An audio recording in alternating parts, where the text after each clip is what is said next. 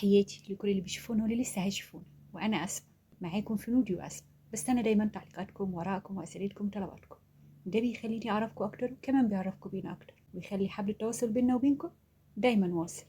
النهارده هعمل معاكم عيش طعمه مميز جدا، وهتحسوا كده انه معمول مخصوص لكل حاجه، ينفع للفطار، للساندوتشات، للانش بوكس، وحتى في الرحلات وكمان في الشغل. هيبقى اختيار عملي ولذيذ جدا، وكمان ان الميني عيش ده بيتفتح من جوه بسهولة.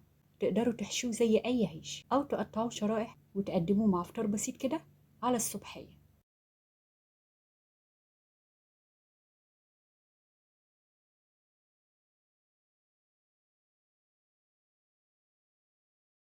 استخدمت كيلو من الدقيق متعدد الاستخدامات.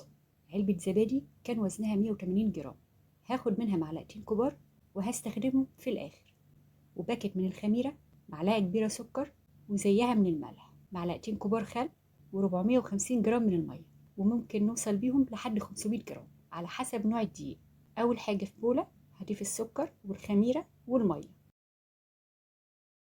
أنا حطيت هنا كل كمية المية، لكن لو حابين تتحكموا في القوام العجينة ممكن بقى نبدأ بتلتين المية ونزود بقى الباقي وقت العجن.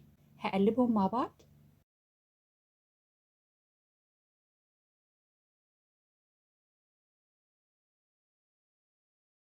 هنغطي الخليط بقى بالستريتش رول ونسيبه لحد ما الخميرة تشتغل وتكون رغوة سميكة على الوش. بعدها بقى هنزل بالزبادي والخل وأقلبهم مرة تانية.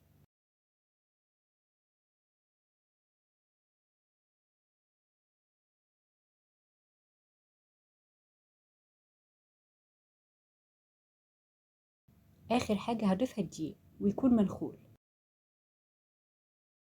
وعليه معلقة الملح.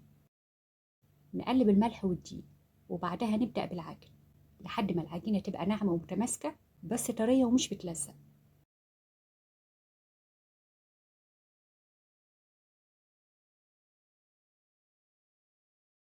ده شكلها بعد ما عجنتها حوالي 10 دقايق. هغطيها بقى واسيبها تتخمر لمدة ساعة أو ساعة ونص على حسب درجة حرارة المكان أو الجو بشكل عام.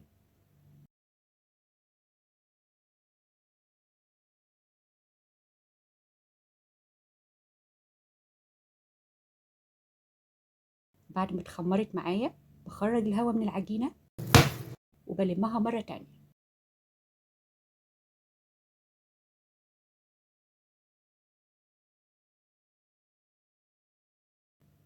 بعدها بقطعها واشكلها لكرات حجم الواحدة 50 جرام، وهنستخدم رشة دقيق بسيطة علشان العجينة طرية وما تلزقش معانا.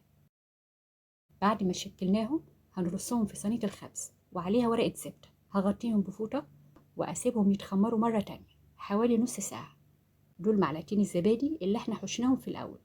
هنخفقهم كويس علشان الزبادي تنعم معانا، وهدهن بيهم الوش من فوق. بعد ما العيش يتخمر معايا ممكن نستخدم في الدهن أي حاجة غير الزبادي، ولكن الزبادي هتدينا بقى لون وشكل مميز.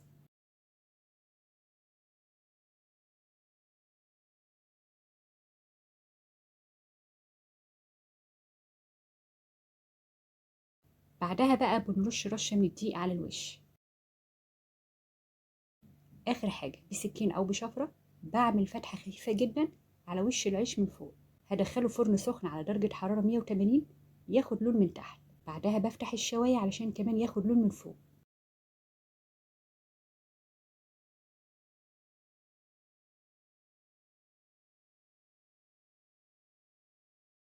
هيطلع معاكم بالشكل ده، عيش طري وهش جدا، سهل التحضير وكمان طعمه مميز قوي.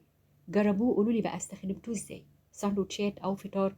هستنى رأيكم في التعليقات، وما تنسوش تستنونا في وصفة جديدة في نوديو اسم، وبالهنا على قلوبكم.